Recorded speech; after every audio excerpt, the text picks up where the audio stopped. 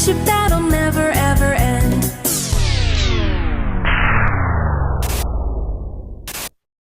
Run!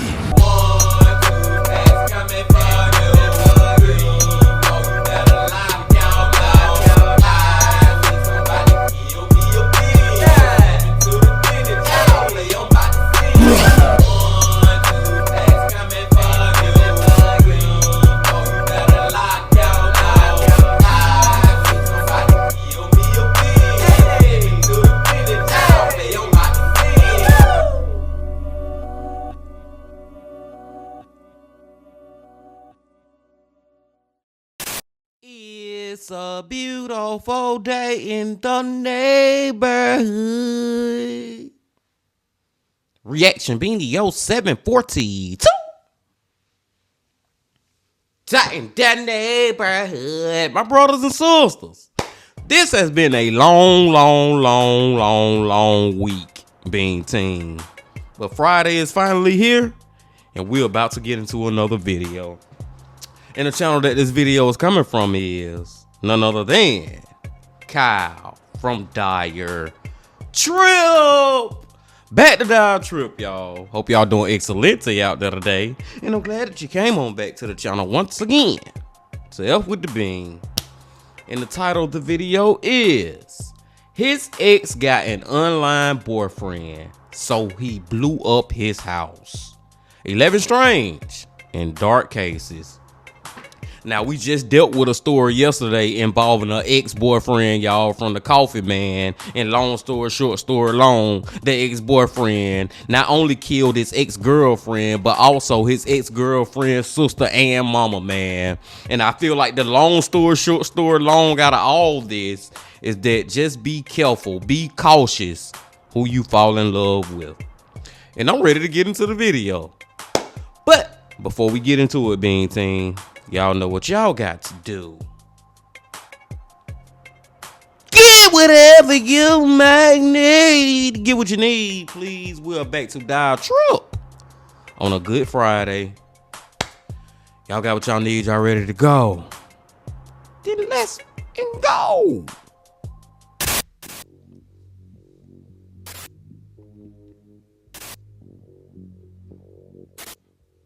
Alright everybody, you know what time it is. It's time for another Strange and Dark Cases compilation. This is where I take a bunch of shorter cases that I come across while researching every month and compile them all into one big video. With that out of the way, let's get right into it. Get whatever you might need. Man drives 700 miles to burn down ex-girlfriend's new boyfriend's house. A lot of people out there will kind of lose their mind when they find out that their ex is dating someone new. Most of them don't tend to act on it in any way, though. The man in this story was pretty different, as he decided to take it to the extreme. Harrison Jones wasn't really doing too well in his life. He was 22, living with his parents despite not wanting to, not in school, and couldn't hold a job. His most recent job was at McDonald's, but that had only been for a few months. He did have a girlfriend, though. That is, until she broke up with him.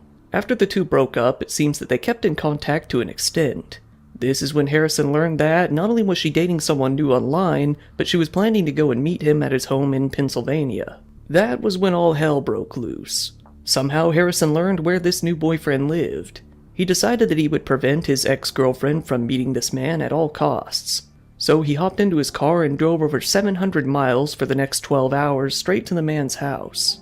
Surveillance footage from a nearby home in the neighborhood showed Harrison's car, a black sedan, passing the home in the early hours of the morning. Harrison parked the car and exited, walking towards the new boyfriend's home. At roughly 5 a.m., the boyfriend's home erupted into flames. After about 15 minutes, Harrison was seen running back to his car as the smoke from the burning home trailed behind him. Then a large explosion took place just as he peeled out in his car and sped off. The 6 adults living in the home were able to flee, but not without injury, with some of them being hurt when they had to jump from the second-story windows. Damn. Sadly, the 2 family dogs did not survive the fire. Firefighters soon arrived at the home, realizing quickly that the fire appeared to have been set deliberately. They began combing through all of the security camera footage they could find from nearby homes in order to find out who had started it.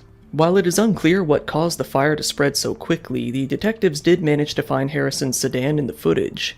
They used the cameras from some local city intersections to find his license plate afterwards, tracing the car back to a man named Brian in Michigan, a guy who lived in the same house as Harrison.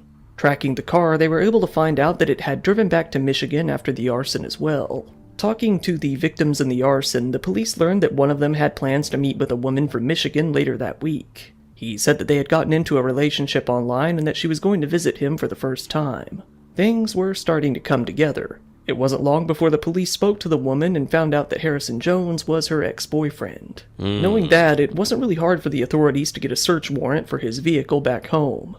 Still inside, they found a lock-picking device, a cell phone, and a computer. When they confronted Harrison with all of the evidence, they couldn't help but notice that he had suffered some burns to his arms recently. It was becoming abundantly clear that this was their guy. Yes, it is the guy, man. And I just love how how far technology has came, Bean Team. You know what I'm saying? Just the fact that they was able to track him with just the cameras from the incident where it happened, seeing him go to the house, then run back to his car, the house go ablaze. Then they was able to track him for 700 miles just by looking at cameras, tracking this car going all the way back to where he stayed at. Even though it wasn't his car, it was his homeboy car who he was living with. But you just put all the puzzles, all the pieces to the puzzle together nowadays. It's a lot easier than it used to be now that we got cameras. Long story short, short story long. I'm glad they caught him. 700 miles. That's crazy. The police arrested Harrison and charged him on 13 counts in total, those being for arson, risking catastrophe, and attempted criminal homicide. The police didn't want to release the identities of the victims or describe how extensive their injuries were, but they did receive hospital care. The home was left completely destroyed. Like, that's so crazy, y'all. That 700 miles, man. Like, he was like, that why it's easy for me to sit right here and say, and I do say it because it is the truth. You know what I'm saying? As far as like, be cautious, be careful about who you fall in love with and stuff. But when you first falling in love with somebody, I know we have all been there. You know what I'm saying? The honeymoon phase, you all in love. You think this person is just freaking amazing. You want to spend the rest of your life with them. But literally, a couple of weeks, a couple of months, even sometimes a couple of years later, you be like, oh my God, who is this crazy mother that I fell in love with? You know what I'm saying, man? It's like you never truly know who a person is for real, I guess, until you get to know them even more. I don't know, Big Team. All I'm gonna say is I'm not, when I say that stuff, it's like I'm not faulting people for falling in love with people who turn out to be murderers, because at the time you just didn't freaking know. I guess that's what I'm trying to say. Let's go. Glad he got caught. And now, eyeball-eating murderer granted release from jail. It's not very often that we hear about a murderous cannibal these days, and it's very less often that we hear about one walking free after what they did. This is one of those rare cases. Back in mid-December of 2011, a 34-year-old man named Tyree Smith showed up to his family's home, covered in blood, saying that he had just used a hatchet to kill a homeless man. He then surprised his family even more by plainly telling them that he had eaten the man's eye and some of his brain and washed it down with some sake. After he made that confession, he simply left and hopped on a Greyhound bus for Lynn Haven, Florida. He told his family that he was going to stay with a female friend and left it at that. Needless to say, the police were informed about this confession, but they didn't really have much to go on. In fact, they didn't even have an unsolved murder case in the area, nor did they have a body. They didn't even know if he was telling the truth. That is, until about a month later in January. The police came to find the victim, a man named Angel Gonzalez, much in the condition that Tyree had described, in the back of a vacant apartment in Bridgeport, Connecticut. The police were able to track Tyree down to this friend's house where he was staying and arrest him on the spot. The woman he was staying with claimed to have zero knowledge of anything that had happened. When it came time to his trial, Tyree was found not guilty by reason of insanity. Instead, he was ordered to be confined to the Whiting Forensic Hospital in Middletown, Connecticut for 60 years. However, that would only last a little over 10 years in the end. Fast forward to February 21st, 2025. After being told he would be in the hospital for likely the rest of his life, Tyree was actually granted conditional release. The decision was made after the board reviewed his case and deemed that he was likely no longer a threat. They said that he has demonstrated long-term stability, has stuck with all of his treatments, and has been consistent with following the doctor's orders. He was told to remain under structured supervision and continue with his mental health care. First, he was to be placed on temporary leave status. Basically, this would let him start by receiving day passes to leave the hospital and get treatment in the outside community instead. For a while, it looks like he will stay overnight in the hospital and have weekly checkups. The board said, "Rehabilitation, not punishment, is the goal for individuals found not guilty by reason of insanity." Bullshit! Bull fucking shit. He'll go to cussing bean team. Put the kids, tell the kids to go play outside, or if it's too late, tell them to go get in bed and go to sleep. Cause now I'm finna start my cussing rant. Bull fucking shit, man. Are you fucking kidding me? Just because of reasons of insanity, they get to have special privileges that people who are not insane, even though I feel like everybody who are murderers are insane, is insane in the brain. Like, that is no excuse, this insanity thing, man. That damn dude should be locked up for the rest of his life, just like the next man. You know what I'm saying? Just because they crazy and they kill somebody, it's okay. They still can be free and hopefully live a good life. Like, what are we talking about? I'm sorry, y'all. I'm sorry. Let's go. I'm sorry. However, no matter how the board felt, it didn't make the decision any less controversial to those looking in from the outside. Several politicians within the state said that the decision was both outrageous and mind-boggling. 4 state senators said in a statement, "His victim's family raised objections about his release. What about them? Where's the justice for them? This terrible decision puts public safety in jeopardy and is yet another terrible message to send to Connecticut violent crime victims and their families. This person should never be out. We are dumbfounded at this injustice. In what universe is this okay?" The family of the victim, Angel Gonzalez, has also been less than thrilled, and that's putting it lightly. They are speaking out to the public and news media, attempting to get the word out about the case and hopefully get Tyree locked up again. It seems that the board is content with their decision and has no plans to back down from it. Ain't got no plan to back down from it until 3 years later, like the SpongeBob meme, 4 months later, he killed somebody else, eat somebody else's eye. You know what I'm saying? Like, dude, what the freak, man? Oh my God, y'all. I just don't be understanding, man. I truly would. And we will never understand this crazy ish that we call life. As far as, like, I'm just specifically talking about the sentencing of these freaking murderers. Some of them get life in prison. Some of them get, the death penalty. Some of them get 20 years. Some of them get 33 years. Some of them get 5 years. Some of them get 2. Some of them get 7. Some of them just get probation. Some of them get sent to a crazy home. Like, why is it all this crazy ish? You kill somebody, get your ass in prison for the rest of your life. Point blank, period. I feel like if that what we would start to do, I really do feel like the murder rate would go down, y'all. If there would just be one sentence and one sentence only. I don't know. Maybe that's just me. All I know is I don't care if this man was insane or not. And I can make the argument, if you insane in the brain, that's even more reason for me to have you locked up after you done committed some ish like this. You know what I'm saying, man? You crazy. You did some crazy ish. What that lead me to believe? That if I leave you free, you gonna do some crazy-ish. Man, this junk crazy, y'all. I know I done went on a tangent, Bean Team. I can't help it. I can't freaking help it. Let's go. And this one is, woman and baby die as doctor watches surgery tutorial on YouTube. It's not very often that cases from Africa pop up during these compilations, but when they do, they seem to be some of the weirdest ones out there, like the fake lawyer who ended up winning a bunch of cases, or that drug that was basically turning people into zombies. Well, here's another one to add to that list of oddities.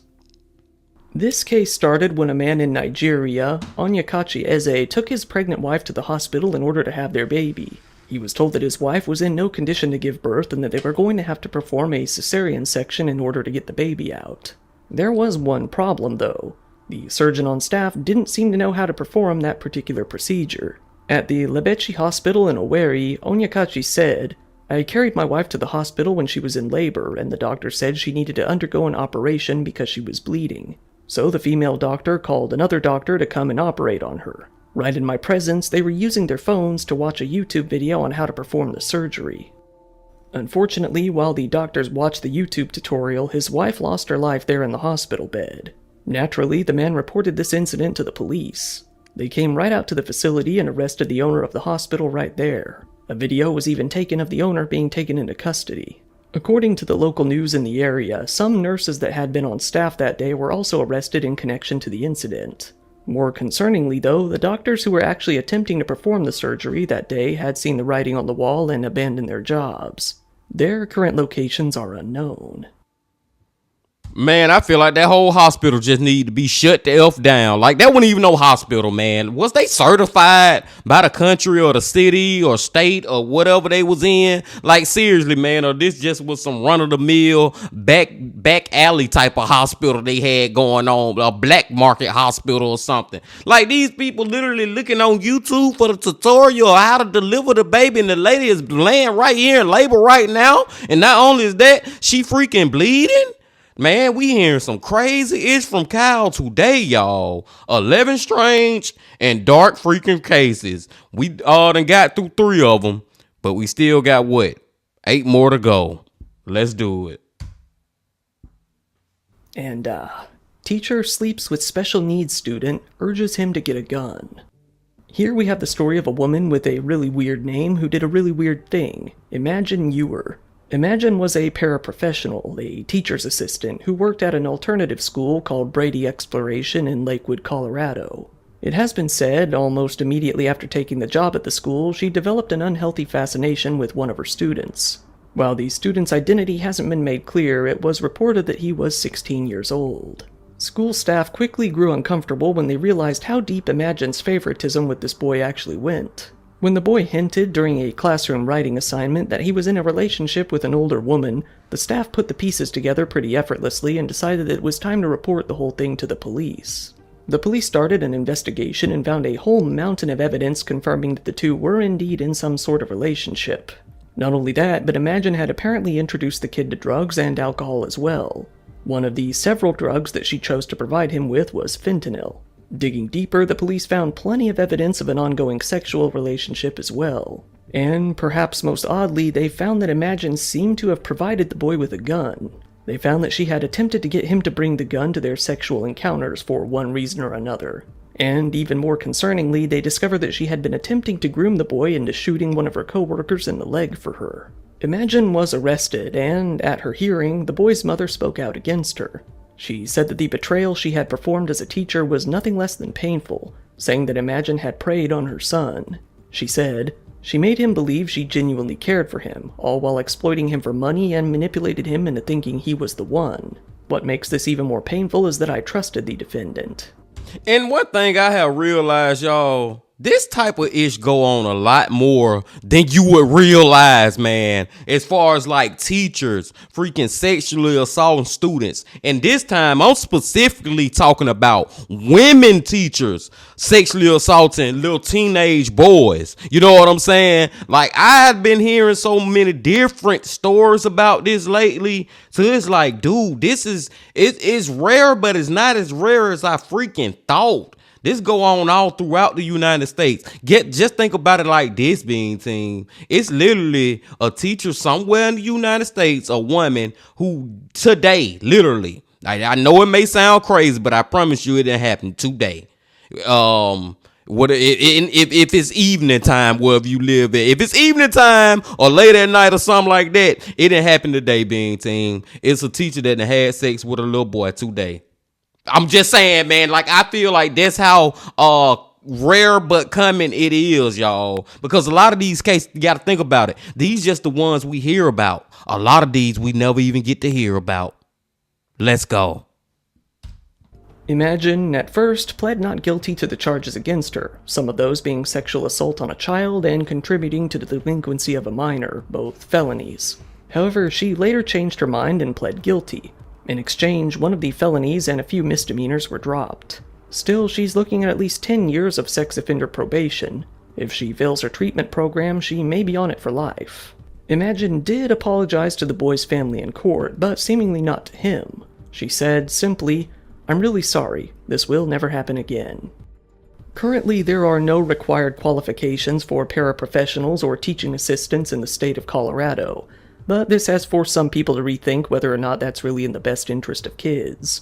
While an associate's degree is recommended and competency assessments are usually performed, they don't seem to have done the trick at weeding out the bad applicants in this case, given that Imagine went after this student almost immediately after being hired. Given that Imagine has also worked as a school nurse in the past, this has brought people to question whether or not this is really the first time she's done anything like this.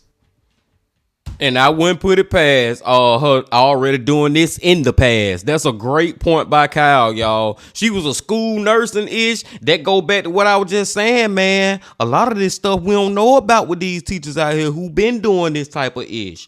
She probably was been doing some ish, and I was finna tell y'all a crazy story, but I'm just gonna keep that one to myself. I'm just gonna go to the grave with that one. It just flashed in my mind, and it do kind of pertain to this being team, but I don't know if y'all even ready for that story, man. So I'm gonna keep that to myself. It's a real life story, I'll tell you that though, that I actually was a part of. I digress. Let's go to the next one.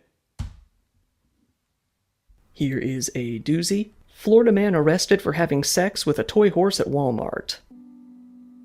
If you really thought that we were going to get through this whole compilation without a Florida man story, then you are sadly mistaken. While this case definitely isn't the most recent, I couldn't help but include it after reading about it in a different article lately, so enjoy some brony chaos. Hold on, time out, because I don't want none of y'all, before we even get more into this story, I don't want y'all to get me confused when I'm talking about this story that I don't want to tell y'all about. I'm not saying I'm the one who did anything crazy, man. I'm saying I was a child. I was the victim. I'm just going to put it like that, you know what I'm saying? And I'm going to leave it at that. But I don't want y'all to think I was the one who committed some craziness. I digress. Let's get into it. Matter of fact, just forget the last 2 minutes of this whole reaction. Act like it never existed. Let's go. This story started at around 3 p.m. at a Walmart in Brooksville, a city about 50 miles away from Tampa, Florida. This was when a 19-year-old man, Sean Johnson, walked into the store with only the most nefarious of intentions. He had ponies on the mind, and he needed to get his fix. That afternoon, employees noticed that he was acting pretty suspicious while walking around the store. Sean made his way over to an aisle with some stuffed toys. There, his eyes locked onto the pony of his fantasies, one that has only been described as a brown, tan, and red stuffed horse from the clearance shelf in the garden department. Given that the police already described this incident pretty well, I'll use their words. They noted that he was caught on camera whipping it out and then proceeding to, as they put it, hump the stuffed horse utilizing short, fast movements.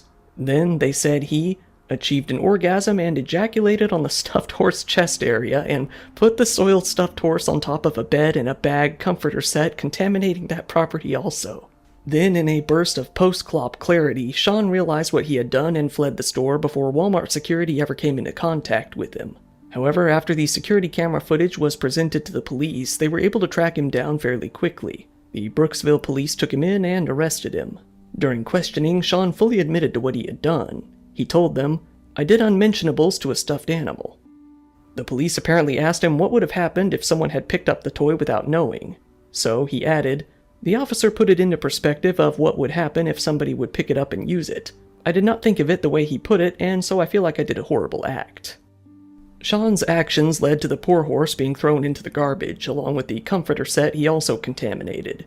Sean was subsequently charged with both indecent exposure and criminal mischief. He was taken into the Hernando County Jail, but was later released after he posted his $1,500 bail. Now that's just sick. That's just sick what he did. Like I don't even have a lot of words for that one. It reminds me of, and I know a lot of y'all out there have heard of this story, of the dude, and I know y'all seen the video, the short or whatever, whether it's TikTok, YouTube, whatever, of the man who I think there was a Dollar General, and he went inside the store and had an orgasm on a lady leg, and then she chased out of him and was like, I don't even want to repeat the words, man, but she was like, he nutted on my leg or something crazy like that, man. I know y'all know what I'm talking about. It reminds me of that, and it's just sick. I don't even really know how to explain it other than that. Capital S-I-C-K, Bean Team. Let's go.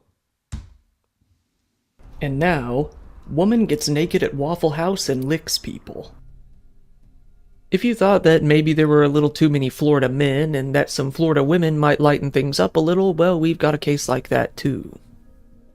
In Pensacola, a 38-year-old woman with another interesting name, Freedom Ryder Zobrist, got into a bit of lewd chaos herself, this time at a Waffle House instead of a Walmart. Freedom showed up to the Waffle House at some point in the morning, causing a fuss. Due to her actions, an employee of the restaurant told her that she needed to leave, so she did. Things would have ended there, but Freedom returned later that day to cause another ruckus. She went up to the employee who asked her to leave and began to threaten him with violence. She said that she was going to go get a gun, shoot him in the face, and then shoot up the rest of the Waffle House as well. Following that, she scrambled out into the parking lot and tore off her pants and underwear, exposing herself completely to everyone in the area. She then started to dance around. The manager of the Waffle House then approached her, telling her that she needed to leave the area now. She responded by trying to grab his crotch. When he dodged, he stood there in shock for a moment. She took this moment to grab him by the side of the head and lick both sides of his face. When he yelled at her to leave, she responded by poking him in the chest with her finger and continuing to dance. All of the customers on scene said that they couldn't even leave because of where she was dancing in the parking lot, leaving them blocked in. There was one man who could leave to get to his car, but she made an intentional effort to come dance in front of him as well so that he couldn't leave. Well, the police were on scene pretty shortly after that. Freedom was arrested and charged with lewd and indecent exposure of sexual organs, as well as disorderly conduct, battery, and assault. She was hit with a bond of $1,000 per charge. And the whole time, I'm just wondering, like, was she on some drugs or something? Like, seriously, for her to do all that? Like, was she drunk? Like, or was she just crazy? I don't know. Either way it goes, this whole situation was crazy. Let's go, y'all. It's so much crazy-ish that happened at Waffle Houses. And this one is, Florida woman throws first date brick through ex-husband's window. Maybe you were telling yourself that one Florida woman case is pretty good, but it would be really nice if we had another one too. In that case, let's get into this one. Here we have the story of a Florida woman named Sabrina Coyne, a 34-year-old woman who was pretty enamored with her ex-husband. She really couldn't get over the fact that he had left her, so she decided to try to win him back in a very strange, deranged sort of way. She showed up at her ex-husband's house one night at around 11 p.m. She banged on the door, demanding to see him, but he wouldn't let her in. She wanted to give him a gift, a commemorative brick with the date of their first date etched into it. Given that he wouldn't open the door, she decided that she would deliver the gift in a different way. Clutching the brick in her left hand while recording the act from her phone with the right, she pulled back and launched the brick through the man's window. A loud crash was heard throughout the neighborhood as the brick tore through the glass of a window in the back of the house. The police were on the scene shortly after, with Sabrina still on scene, waiting at the door just as she was before. Seeing this woman in a short dress and high heels at the door, still knocking loudly, the police asked her what she was doing. She told them that she lived at the house. When the police told her that they knew that wasn't true, she told them that she hadn't thrown any bricks. They also told her that, evidently, that was not true as well. The police were given security camera footage from the outside of the home that showed Sabrina clearly throwing the brick through the window after not being allowed inside. They arrested her on the spot, with her repeatedly mumbling, "I did not break the window. I did not break the window. Officer, I did not break the window." Sabrina is now facing charges of both criminal mischief and throwing a deadly missile into an occupied dwelling. It has now become much more evident to those around her why exactly her husband left her. Another example of a freaking crazy ex. Like, seriously, man. And just the fact she's sitting up there saying, I did not throw the brick into the window. Well, literally, lady, we got you on camera. Like, that ain't you? That's your clone or something that we looking at? Like, come on, man. At some point, you got to quit lying. Just stop lying and just face the fact that we caught you. Long story short, story long, man. Crazy. Another crazy ex story. This one is, Chinese student burns inflatable girlfriend in shame, causes fire. Out in China, a student living in a dormitory was having fun with what has been called his girlfriend, an inflatable doll that, let's just say, he enjoyed spending some quality time with. Well, the good times were dampered when his roommate came home early. In a sheer embarrassment-induced panic, the student decided to do the only thing that he could think of, throw the doll into the hallway and light it on fire. At the Hefei University of Technology in central China, a fire soon broke out in the dormitory after the flames from the burning doll began to spread pretty rapidly. Needless to say, a lot of students in the area recorded the incident and uploaded their videos online. In the end, burning the doll to free himself from the embarrassment had the exact opposite effect that he intended, as it led to him being ridiculed all over both the Chinese side of the internet and even the Western side to an extent. While no casualties took place, the student did do a lot of damage to the dorm, damaged the school's reputation with the ridicule, and obviously committed a crime in the process. He was immediately reprimanded by the school. The school released a statement saying, "The inflatable doll was burned in the dormitory hallway. The security guard immediately contacted the fire department and the situation has been handled. There were no property losses or casualties, and we have already communicated with the student involved." An announcement was then made to the students of the dorm, telling them that, no matter what the situation, they shouldn't use flames to dispose of silicon. Instead, they were asked to simply put those items into the trash. I would have kicked them out of my damn school. Like, seriously, man. Like, bro, that was the worst way to try to hide what you was doing or deny what you was doing or whatever. You, like, the way, well, like, how you trying to hide this freaking doll and you throwing it in the middle of the hallway for everybody to see? Not only are you doing that, you setting it on fire. Like, come on, man. Like, he just panicked, and that was just a terrible decision. But it's a decision that I will make him have to deal with when I kick him out my damn school. I'm just saying. And this one is, woman arrested for squishing buns. Another case in Asia, here we have one from Japan. Although this is a case that's unique in being so mild that it's hard to believe that anything even came of it. Out in Fukuoka, a 40-year-old woman was engaging in a bit of mischief, if you can even call it that. She had a habit of going into different convenience stores, filling up the bread, and leaving without buying anything. This has actually become quite a problem in recent years that the police are getting pretty tired of. Not necessarily only with bread, but they also have what is called sushi terrorism, where people will go to sushi restaurants and either lick the sushi or the soy sauce bottles and leave them for other people to use. Maybe it's because of that this case became such a hot button. After employees at a local Lawson store began to notice that the bread had been repeatedly squashed over a period of a few weeks, they began to be on the lookout for their culprit. That's when the woman came in, grabbed a bag of 4 buns, squished them with her fingers, and just put them back. While the bag's wrapper was left intact, the employees still weren't happy. The owner recognized her as having done this in the past and demanded that she pay the roughly $1 for the bread, and she adamantly refused. Instead, she fled the store. So the owner then chased her out of the store and continued to demand that she pay up.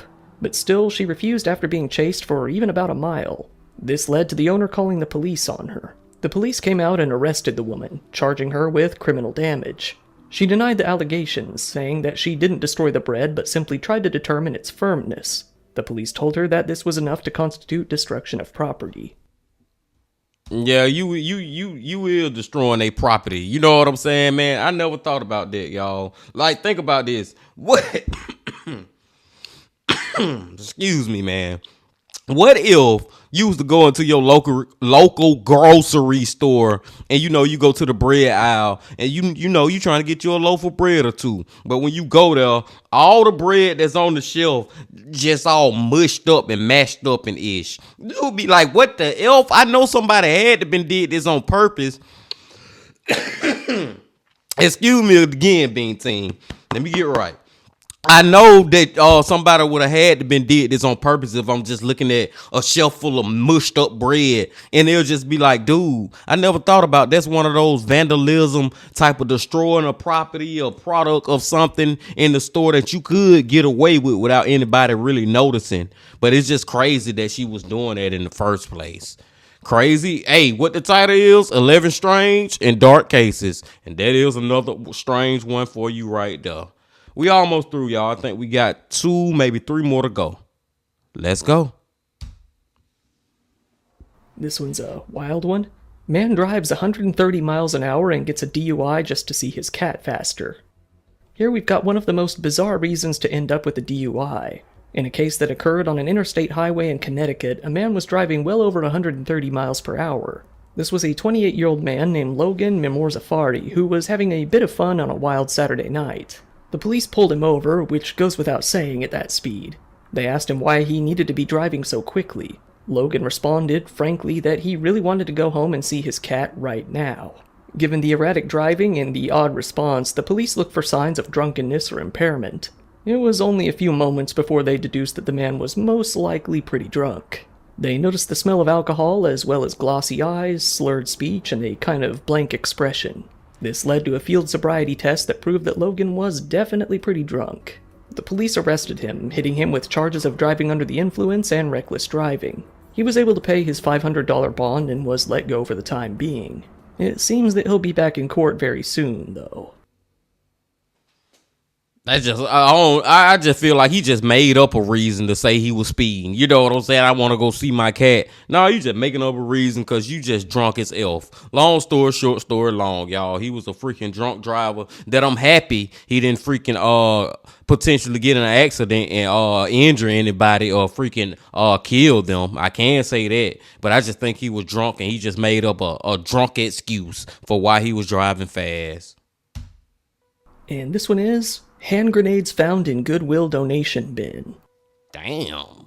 Alright, given that the last few cases were pretty short, how about one more bonus case to kind of round things out? In a case that has been described as oddly common, some employees at a Goodwill store in Maine were pretty shocked to look into the donation box one morning and find something odd: a couple of hand grenades. Not only that, but there seemed to be some military-grade mortars in there as well. This led to the whole store being evacuated and the police being called. The bomb squad came out, swept the store, and investigated the whole situation. After around 1 p.m., the store was given the all-clear to open again. It was found that the hand grenades and mortars were not active. It seemed that someone had likely been collecting them as military antiques and for some reason, either intentionally or on accident, had donated them to the store.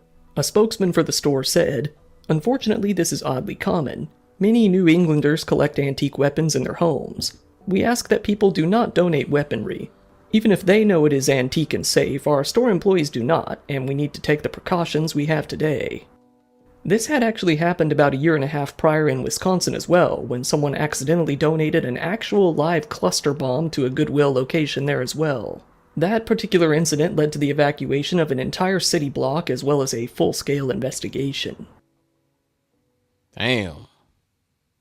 Once again, everybody, thank you for watching my video. If you found it interesting, please give it a like, it really helps me out in the algorithm, and feel free to subscribe if you want to see more content like this. If you want to check it out, I have... Yeah, that last one, you gotta be caution. You know what I'm saying? You gotta use the proper cautionary measures. If you see a freaking grenade, you don't know if it's active, alive, or antique, or what the freak. All you know is that I see a freaking real live grenade in front of my face. So I am gonna call the police and go through all the safety measures and stuff like that.